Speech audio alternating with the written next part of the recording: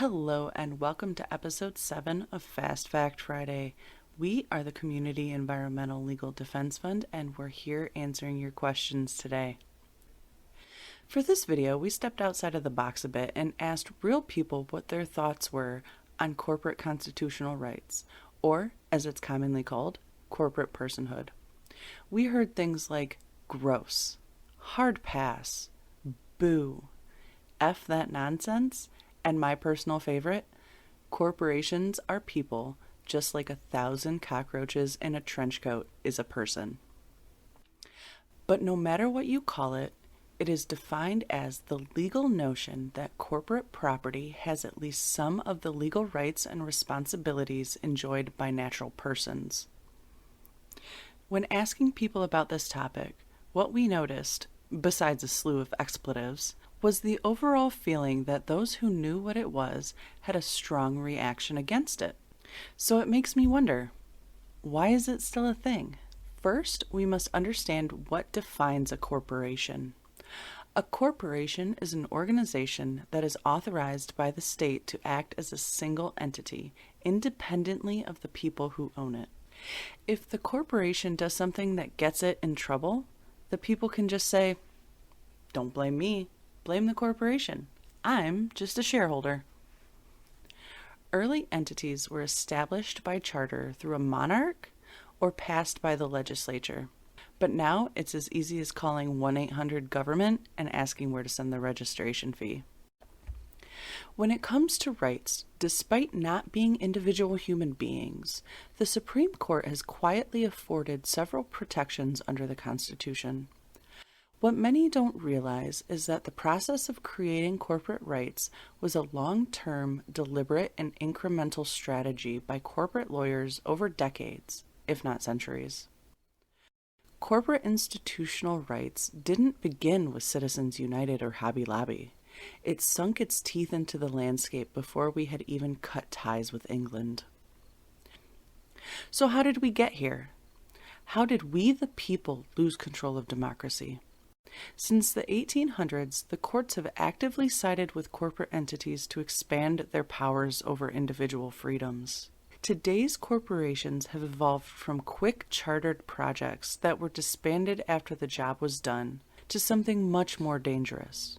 From forming a corporation to build a bridge, to massive concentrations of wealth with perpetual life that have authority to do any lawful activity, and then some. Instead of taking action towards community prosperity, their goal is now simply to maximize profits by any means necessary. Corporations have a single-minded profit motive, and their owners have been handed the keys to the kingdom in order to escape liability thanks to the system of law. But it's worse than you think. If a corporation's goal is to maximize profits by any means necessary, do you think they'd just sit back and follow the rules being set in front of them? Not at all. Why follow inconvenient rules when instead you have the power to change them? In many instances, we see the courts and corporations working in tandem to increase corporate constitutional rights. Also, corporations have the power to lobby the people's representatives, often proposing new laws that sound tough, but give more freedoms to corporations by being filled with loopholes that sneak past health, safety, and environmental regulations. Dozens of cases have led up to this point. Dartmouth College v. Woodward in 1819, the Slaughterhouse cases in 1873, Santa Clara County v. Southern Pacific Railroad in 1886, and dozens more have helped build the legal base that we have today of corporations with constitutional rights. All of these have led up to the biggest roadblock for corporations. Well, what was the biggest roadblock? The First Amendment. Money talks. Corporations now have protections for free speech, religious freedom, protections from search and seizure, due process and lost future profits, and equal protection.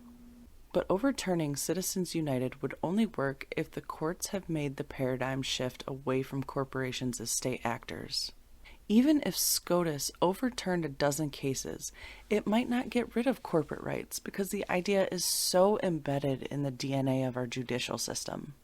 The structure of federal and state law, both statutory and constitutional, empowers corporations to override local democratic decision-making. Corporations use these rights to challenge state and local laws and to chill efforts at the local level to fight corporate sitting plans. Exempted from obedience to local laws, corporations treat municipalities like resource colonies, and until the courts see corporations as merely mechanisms for organizing human activity that are extensions of the government rather than extensions of individuals, they're going to continue to invent corporate rights over and over again. For more information on corporate rights, head over to celdef.org. Thanks for tuning in, and remember, don't take legal advice from a YouTube video. A very special thanks to Ben and Lindsay for helping me get this one out. You guys rock.